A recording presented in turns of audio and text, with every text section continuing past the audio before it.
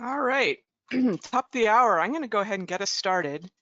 Thank you, everyone, for joining. We're here to talk about the Safety Analysis Guidebook for Project Development and Environment Studies.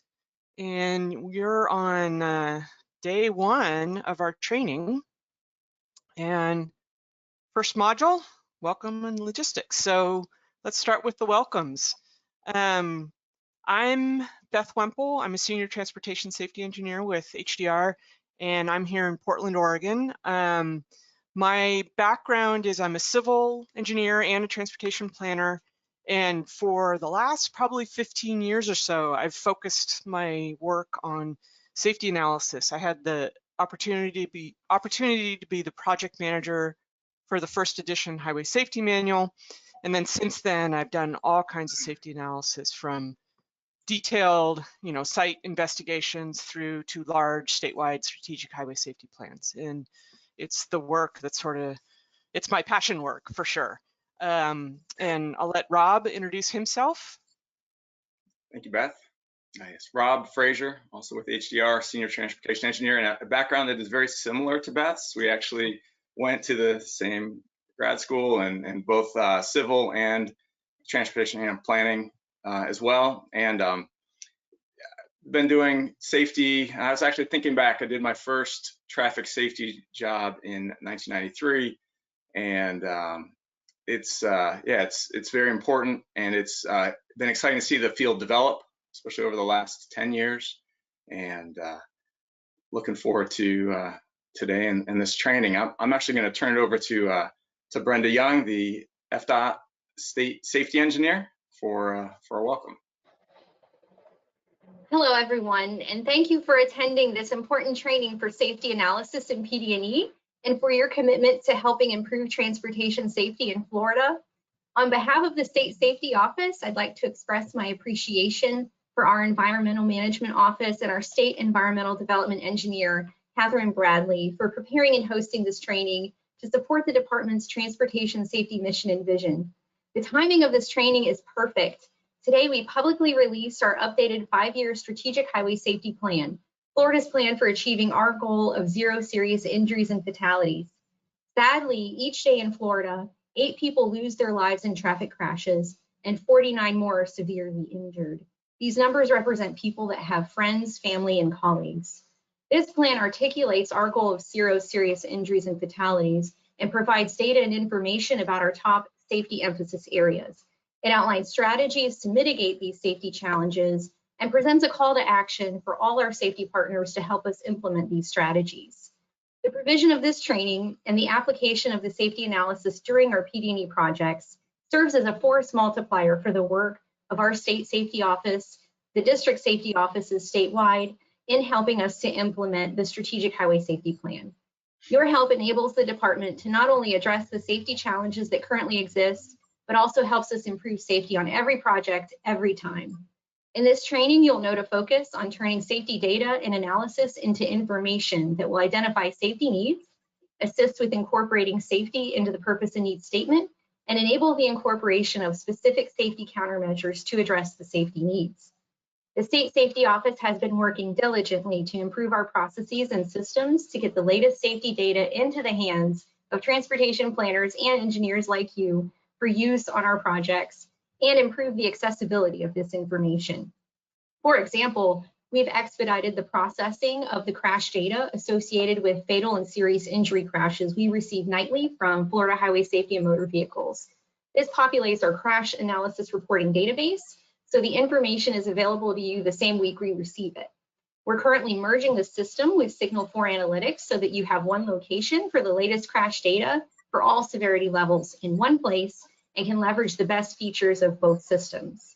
This is important here in Florida. Our roadways and the surrounding land use are continually changing, and our crash analysis must take this into consideration, the latest information for changing geometric and operational roadway conditions. And of course, we continue to maintain the historic information for longer-term trends analysis and monitoring. Further, we're working diligently statewide to not only address current safety challenges, but also get ahead of crashes before they occur by supporting and conducting predictive analysis to identify and mitigate risk factors. We are continually developing Florida-specific safety performance functions. Therefore, in this training, you will hear an emphasis on being thoughtful in your approach to consider the types of data, the analysis methods to utilize so that you may leverage the latest data and tools available to inform your analysis. Thank you all again for your commitment to helping us achieve our target of 0 serious injuries and fatalities. Safety is everyone's job here, and together we will save lives on Florida's roadways. And thank you, Brenda. That's a lot of great progress. The publication of the SHSP is critical. Data improvements helps everyone. So that's really exciting news, and thanks so much. Yes. So now we're going to sort of start diving in a little bit. So our goal today really is to help you all start thinking about how to use safety analysis on your PD&E studies, and how to critically think about should safety be in the purpose and need statement, how safety analysis fits into alternatives analysis, learn about the tools to do this work, and ultimately be able to carry out FDOT's policies about integrating the Highway Safety Manual. We have 7 modules. We are planning, I will emphasize planning, to get through module 4 today. If we don't, we'll pick it up tomorrow. But basically, in a moment, I'm going to turn it over to Catherine Bradley, and she's going to give you sort of a background on our training and objectives. And then we'll talk about the existing conditions and the safety analysis to support purpose and need in module 3. Modules 4 and 5 are kind of the nuts and bolts of using crash modification factors and the predictive method from the Highway Safety Manual. And then module 6 is about how to scope and review safety analysis. So how to pull all this together, and then we'll wrap up. So we've got a lot to cover in 2 days. We thank you for your commitment and participation. And you know, in that vein, so why does all this matter? Well, of course, it's part of the core mission to develop a safe transportation system. But as Brenda said, we think that in bringing quantitative safety analysis into the alternatives investigation and into the establishment of the purpose and need, we can get better decision making and better tools and thought processes for balancing the needs of safety with other goals that FDOT has, traffic operations, mobility, accessibility, all those good things. And so by having these quantitative performance measures, we can more evenly kind of consider all of these trade-offs that we have to think about. And ultimately, right, we're thinking about saving lives and reducing injuries. And that, of course, is critical, right? So a little bit about what this is and is not. And this was hard for us. So this training is not detailed instruction about the Highway Safety Manual or software that deploys the Highway Safety Manual.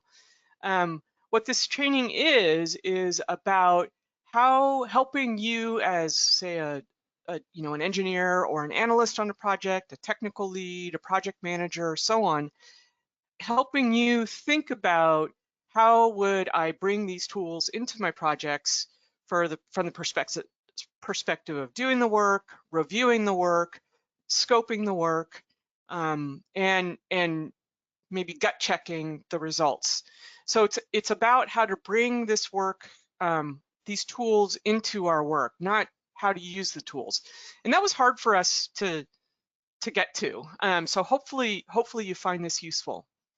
In that vein, because we're not teaching you how to do all of this, there are a lot of terms and acronyms that we're going to use kind of out of the gate. And so these 2 slides, I'm not going to walk you through them and read these to you because that would be torture. But these 2 slides are here as a resource about the various acronyms that we use, and probably many of them are very familiar to you. All right, logistics of class interactions, how we're going to communicate. I think so just looking at the attendees, there's 150 of us, 165 of us here. So we are going to interact with you via Mentimeter, which I'll show you in a moment. You're going to interact with us via the chat pod, and Adam Hedges, who also works for HDR, Adam will be monitoring the chat pod, and as questions come up and he sees a breaking point, he has license to interrupt and you know, ask us your questions. So let's get, and I guess also there are 10 case study files, and I shouldn't forget this, that were emailed out yesterday, I believe. And so you should have those handy and possibly open. And if you didn't get them, go ahead and email Adam and in the chat via the chat pod, or notify Adam in the chat pod and provide your email, and then Adam will send stuff out to you. So did I forget anything in terms of logistics, Rob? No, and I see people are currently logging into menti.com, and so we've got a number of people that are answering the first question already. So this is good. Awesome. Okay. So let me, I was going to pull this up, give you that, and Yeah, I was so going to bring up. yeah, I'll just jump in. So that you got the QR code there that you brought up. That it is possible if you only have a single screen, single monitor, or a laptop, and you want to use an alternative device, you want to use your cell phone, you can log into menti.com on your cell phone and use that for answering, you know, for kind of responding to things. You don't have to do it on the screen if you want to.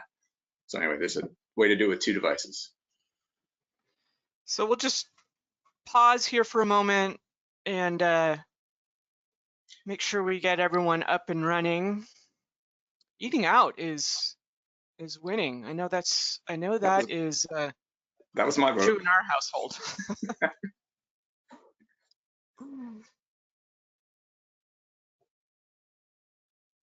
Yeah, I just say this is really important to get in here and be able to participate this way.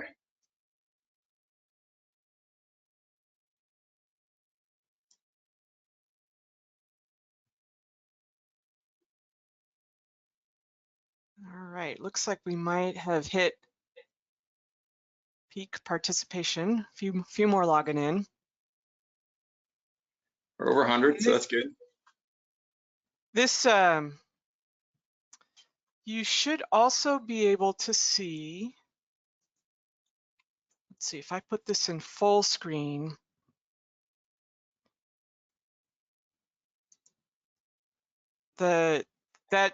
Oops.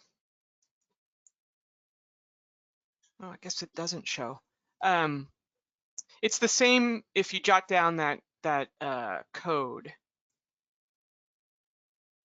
the QR code. If you happen to, or the passcode, if you happen to get logged out over the course of time, if just record these numbers here. And you can always ask Adam in the chat. Yeah, and someone did ask, and I think everyone should be able to see the answer of the code. So if you just need a quick reference, if you jump back to the questions, I think it should be there for the remainder of the session. So. Okay. Thanks, Adam. Excellent. Adam is also our technology guru. All right, with that, I'm gonna, I think we've got pretty good participation. Please do join. It's gonna help you and us over time, and it's gonna make it a little bit more fun, honestly, than just listening to us. So there are a few more questions we'd like to ask. So I am gonna go to the next question. And this is now just to give us a little bit of a read on who's here and what you do. So if you could tell us your typical role on a project, that would be great. And I am liking these dots.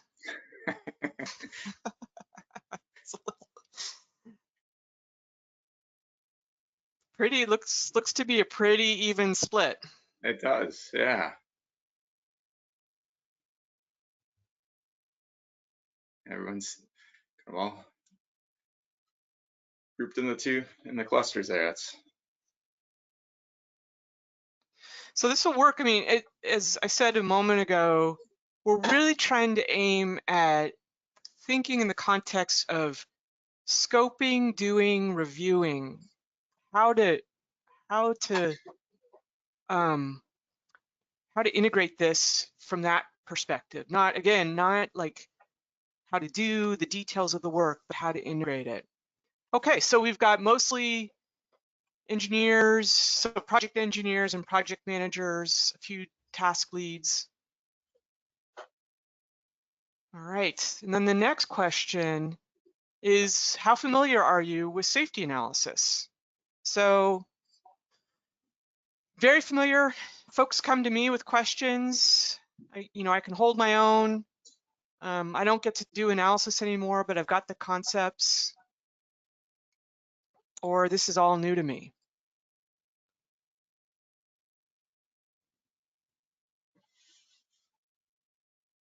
And this is kind of comparable to what I expected, because although although the HSM has been out since 2010, right?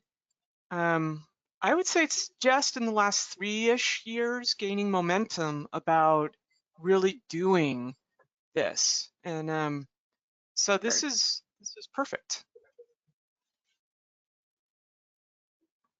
Okay. For those of you that are in the "it's all new to me" category, hopefully this will kind of prime the pump and you'll see the possibilities. And for those of you that are very familiar, hopefully we'll give you a few more insights that might be something new and improved to think about. Okay, thank you. So somewhat familiar and moderately. It's our big. And then where do you work? Again, just to give us a read on things.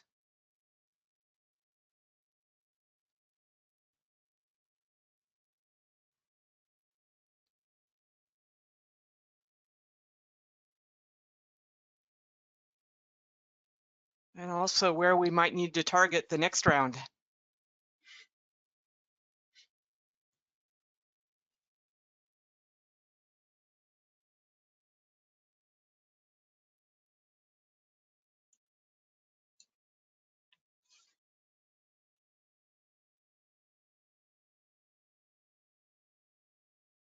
Great, thank you.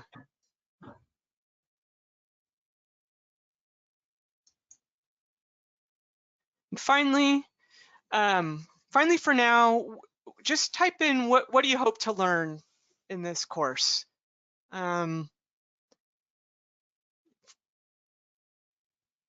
the perspective of scoping and doing the work and reviewing the work, is there something specific you're looking for from safety analysis, or from the related to crash modification factors or the predictive method?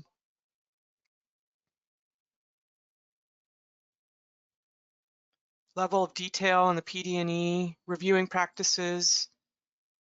Now, apparently these are going to start scroll. Oh, I get to scroll these. yes. That's good to know. Yeah. What is expected for safety analysis in the PD&E? Best practices, predictive method, applying safety in the PD&E, overview, FDOT's guidance, time and effort. That's a good one. I want to feel confident, understand requirements, processes, so I can make good safety decisions, current issues, exactly what needs to be done. Oh, this is great. Yeah. More comfort with the analysis, better understanding of CMF, lane repurposing application. I'm not sure we're going to be able to help you there. We get asked that question a lot. If we bus on shoulder, or how do you use an HOV, HOT lane, what safety implications? Road safety audits, saying current data collection, picking the right CMFs. That is an art form. The devil is in the detail, I will tell you that. Effectiveness of the prediction models, that's a good one. Hi to my former colleague, Beth. I'm very curious who that came from. It could be, I am wondering if it's Jack Freeman. All right. This is great. Thank you, everyone. Excellent comments. Yeah, very helpful. Really, really exciting to see that stuff. Okay, so with that, Catherine Bradley is going to speak. And, oh, no, I am going to do a safety moment. Now, this is a true story. I was on a Zoom call or WebEx call day before yesterday. A client who will remain nameless. We're all still working from home. She noticed that she was being backlit by the light coming in from her living room window. So she picked up her chair, she moved it over to the window, she stood on her chair and adjusted the curtains. Now, nobody got hurt, everything was fine, but it just didn't seem like the right thing to do. So while we're all working from home, just still we have to think about safety and not go crashing to the floor. So there you have it.